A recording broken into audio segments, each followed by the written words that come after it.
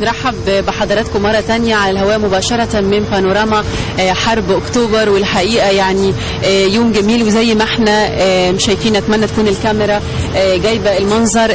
بدأت توافد المواطنين رحلات المدارس. بالمناسبة النهاردة يوم دخول مجاني لكل الناس اللي عايزة تفرح بمصر وبهذا النصر العظيم في الذكرى 39 لانتصارات أكتوبر. هبدأ معاكم بالآية: بسم الله الرحمن الرحيم. من المؤمنين رجال صدقوا ما عاهدوا الله فمنهم من قضى نحبه ومنهم من ينتظر وما بدلوا تبديلا. صدق الله العظيم. ما فيش شك انه تميمة النصر في حرب اكتوبر كانت الجندي المصري، هذا الجندي الذي بذل كل ما هو غالي عليه، وبالتأكيد ما فيش اغلى من الروح كان يقدمها الى مصر كي يستعيد لها الكرامة والعزة من جديد. ضيفنا في هذا الصباح زي ما شفنا في التقرير هو الشهيد الحي البطل المقاتل الحاج عبد الجواد محمد مسعد سويلم، ويصاحب أيضا في هذا اللقاء العقيد علاء علامة وهو منسق حركة في حب مصر. صباح الخير على حضراتكم. كل سنة حضراتكم طيبين. كل سنة وحضرتك طيب. أبدأ مع حضرتك حاج عبد الجواد. يعني حضرتك منذ الطفولة، يعني الموضوع يمكن ملوش علاقة بس بأنه حضرتك كنت في الصاعقة وكان من حلمك أنك تدخل الجيش المصري حتى وانت شاب، بس كمان هبدأ من الطفل عبد الجواد محمد مسعد سويلم وهو في سن التاسعة، اللي كان بيفكر يقلب قطار تابع للجيش الانجليزي. كان بيمر دايما الساعة 8:30 من السويس، بيحمل ما لا يقل الأمتعة الخاصة لما لا يقل عن 70,000 جندي انجليزي. احكي لي شوية حضرتك عن بسم الله الرحمن الرحيم. انا كنت بقلد الفدائيين في منطقة القناة. شفت الفدائيين بيقاوموا مواليد الإسماعيلية. انا مواليد ابو صوير محافظة الإسماعيلية، فشفت الفدائيين بيقاوموا بتاع، فطبعا وشفت بيقاوموا ليه الانجليز بينكلوا الشعب المصري، ودولة مستعمرة ومصر مستعمرة بالنسبة لهم، والمقاومة بتقاتل فيهم، وشغل كان عظيم جدا. بدأت أقلدهم، أضرب بالحجارة وأضرب بالمقلاع فيهم وحاجات زي كده وبتاع. وكنت وأنا صغير بروح الكتاب عشان أتعلم القرآن الكريم في عزبة اسمها عزبة العسكر جنب بيتنا. فالقطر كان بيعدي في تمام الساعة 8 صباحا كل يوم عشان ياخد الاعتاد والمؤن بتاعت الجيش الانجليزي. ففكرت ان اقلبه، يعني اعمل خسائر كبيره اقلبه، وفعلا حليت الوساط بتاعت القضبان وجيت احرك القضبان، ما قدرتش لصغر سني، ويعني كانت محاوله جميله جدا يعني. وبعدها اتفضل كمل. بعدها شاركت في حرب 56 وانا عندي 10 سنين. بعد الجلاء ما تم في 18 يونيو 56 جاء الجيش المصري وقعد علينا في الاسماعيليه، واتحرفت على العساكر وبقى كلهم حبايبي. وفجأة بدون سابق انذار يوم 29 اكتوبر سنة 56 حدث العدوان الثلاثي. فلا تجري على الجنود زمايلي اللي هم على المدافع وحاجة كده، بديت منهم شهداء كتير جدا. بدأت احول الذخيرة من الملاجئ واديها للعساكر اللي بتقاتل، واحاول واساعد معاهم في اي حاجة عاوزينها. شحنت عاطفيا في الوقت ده؟ طبعا يعني هنا في السن دي تكون فيها المشاعر الوطنيه. صحيح. واجيب لهم اكل من بيتنا وحاجه زي كده وبتاع، حتى ان انا شفت وشافني بهذا الوضع وانا يعني بساعد الجنود.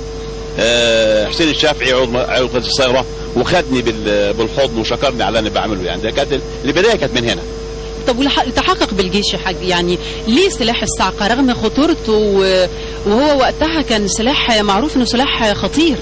هو انا كان عندي شيء غريب وانا في السن ده، هو ان انا حاجه واقدر اعمل حاجه. 19 سنه؟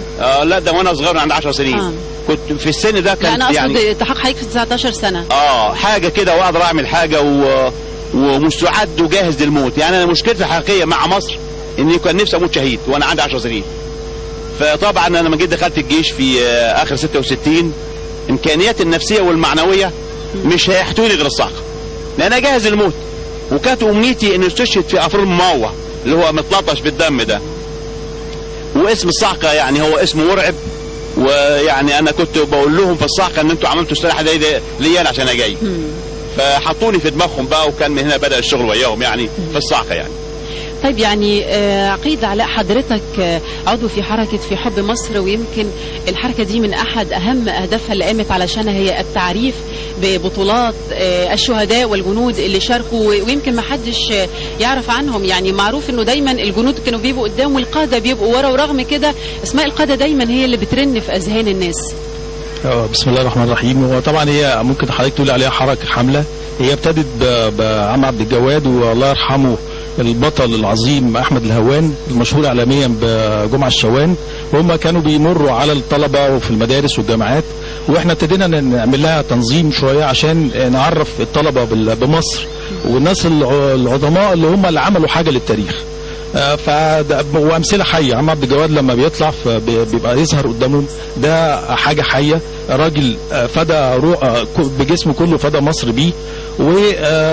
ووالدته لما راحت له المستشفى تزوره زغرطت، ما بكتش زي بقيه الامهات. هتكلم فيه فعلا مع الحاج. بس كمان عايز اعرف اعضاء الجمعيه، مين اعضاء الجمعيه؟ ازاي بتستقطبوا ليها اعضاء جدد؟ انشطه؟ هو كلهم من ابطال حرب اكتوبر، لان هم الناس دي هو ما يعرفش حاجه غير ان هو يتكلم عن مصر بس، وهو كيانه وحياته كلها مصر. حتى لما تيجي تكلم حضرتك حد منهم يقول لحضرتك ايه، لما توصل لقمه الوصف في شيء تعجز عن وصفه. صحيح. فلما يتكلم عن مصر ممكن يبكي، ما يعرفش يتكلم عنها، انما هو حاجه جواه في روحه عايش بيها. طيب الام، يعني هفتكر مع حضرتك موقف لما فزت في احدى المسابقات، وكانت الجايزه انه حضرتك تاخد اجازه اعتقد يومين، ومشيت اكتر من 75 كيلو على رجلك عشان تزور الوالده الفضلى. يعني تميمه الام في حياتك، وازاي قدرت تستقبل خبر اصابات حضرتك؟ هي مصاب ب5 اصابات. نعم، هي امي رحمه الله عليها، والام عموما يعني مش انا اللي متعلق بيها ولا انا اللي كرمتها، اللي اتكلم فيها سيدنا النبي صلى الله عليه وسلم لما جاله الصحابي وقال له يا رسول الله مين احق بصحابتي؟ فقال له امك، ثم من امك، ثم من امك، ثم من ابوك. فانا مفيش حاجه من عندي. فلما جبت امتياز في التدريبات القاسيه بتاعت الصاعقه والركعه والعاليه جدا، دوني يومين اجازه بعد 75 يوم، مفارقه غريبه يعني. فخدت التصحيح بيومين اجازه، وجيت انزل من انشاص اروح ابو صوير بعوض الاسماعيليه، ما كانش معايا فلوس. فخدت قعدت اجري طول الليل على شارع الاسفلت، بيسموه شارع المعاهده، وقعدت اجري عليه من 8 مساء ل 8 صباحا عشان اشوف امي واقبلها واحضنها، لان هي الفضل لها الفضل عليا في كل حاجه يعني. حضرتك اصبت في حرب 67؟ لا، انا في حرب الاستنزاف. حرب الاستنزاف. حرب الاستنزاف. اصابات حضرتك كانت يا فندم؟ اصابات حضرتك؟ انا كنت في عمليه خلف الخطوط بادي واجبي مع زمايلي، ودي كانت العمليه رقم 18، وبعد ما اديناها بالتمام والكمال وبالنصر باذن الله واحنا راجعين اشتبكوا معانا مجموعه من الطائرات، 4 طائرات، وانا كنت متاخر ورا زمايلي كده بحوالي يجي نص كيلو، بادي عمل معين او عمل ما مش هقوله من اثار القوات المسلحه، ما ينفعش اقوله. فبادي لهذا العمل وانتصدني طيار، قعد ينزل عليا ياخدني بالطياره بقى، ياخدني بالرشات بتاعته يمين وشمال، وانا اهرب يمين وشمال منه بتفاداه، لان عرقي وجهدي لسه سيدي مستنياه ومصر لسه عاوزاه، لا رغم ان انا بتمنى الشهاده مستنيها يعني. فدخلنا في بعض انا ومعاه، انا وهو في معركه غير متكافئه، والطائره دي قلعه حربيه طايره، صواريخ ومدفعيه ورشات، هي مرعبه، لكن انا كنت جاهز للشهاده، خلاص مش هيبه وجاهز للشهاده.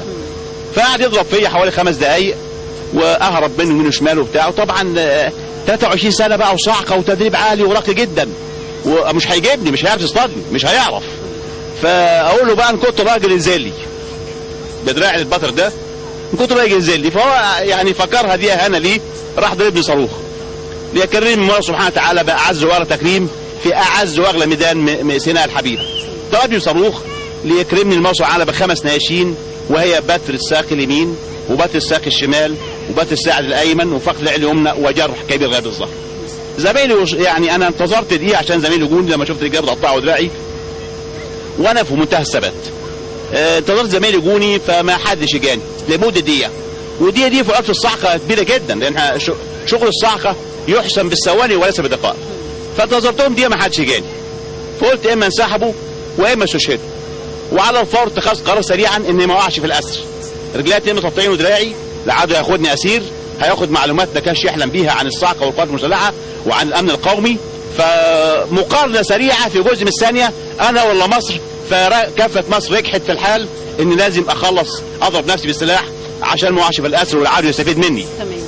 طيب عقيد علاء، يعني عندما يتم عرض هذه النماذج حضرتك بتلفوا المدارس وبتعملوا لقاءات وعلشان تعرفوا بطولات يعني هؤلاء الابطال العظام، استشعرت ايه في ردود افعال الناس؟ ازاي بيستقبلوا هذه القصص؟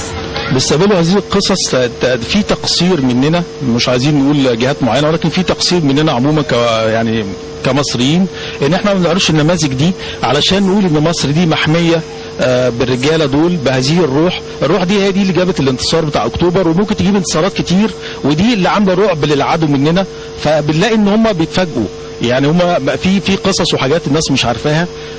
تسمحي لنا علينا حضرتك ان مثلا البطل الله يرحمه احمد الهوان كان او اعلامي جمعه الشوان، الراجل ده كان ليه الفضل بعد ربنا سبحانه وتعالى ان هو يعرف مكان المواسير اللي هي محابس بتاعت مواسير النابالم، ويحدد، لان كانوا 83 محبس، حدد اللي بيشتغل منهم فعلي، الباقي كان شراك خداعي، وعلمهم بالضفادع البشريه ويتقفلوا علشان يحصل الامور العظيم. فشخص، ولكن انا لما جيت سالته مره قبل كده وانا قاعد معاه بقول له طب انت حضرتك انت عاوز ايه من مصر؟ قعد فتره كبيره جدا ما كلمنيش، لانه مش عاوز حاجه، هو بيقدم بس انما لا يطلب شيء. فهي مصر هي الارواح دي. يعني الحقيقه انا يمكن لقائي للاسف سريعا خلص، بس كلمه اخيره اسمعها من حضرتك تقولها للجيش المصري في هذه الذكرى. الجيش المصري خير واجناد الارض، بقول سيدنا محمد صلى الله عليه وسلم: اذا فتح الله جوه مصر فاتخذوا من اهلها جندا كثيفا لانهم خير واجناد الارض. فمصر محميه بفضل الله سبحانه وتعالى وابنائها وشعبها العظيم وقواتها المسلحه العظيمه. وبرضو انا يعني في نهايه كلمتي برضو مش هنسى امي اللي راحت المستشفى، ولما دخلت على المستشفى وابنها الاخر العنود متقطع رجليه ودراعه وبالزغرط. هي دي الام المصريه صحيح، وانا كنت خايف عليها لكن هي طلعت اجدع مني امي. في نهايه الحديث بتاعي، يعني اذا كنت انا في هذا السن، عندي 66 سنه ومصاب بعجز كل 100%، انا جاهز مش لحمل السلاح والدفاع عن الوطن، انا جاهز للاستشهاد والان حتى هذه اللحظه. تحيه يعني حقيقه كل الشعب المصري بيوجهها لحضرتك حاج عبد الجواد سويلم، الشهيد الحي المقاتل في قوات الصاعقه والمشارك في حرب 67 و73، وايضا العقيد علاء علامه مؤسس حركه في حب مصر. مشاهدينا احنا كل معاكم على مدار اكثر من 3 ساعات بنحتفل من بانوراما حرب اكتوبر 73 مباشره على الهواء. نقلنا لحضراتكم كل الفعاليات زي ما حضراتكم شايفين حوالينا، لقاءات متنوعه نتمنى يا رب تكون حازت على اعجابكم، وان شاء الله بكره يوم جديد وكل سنه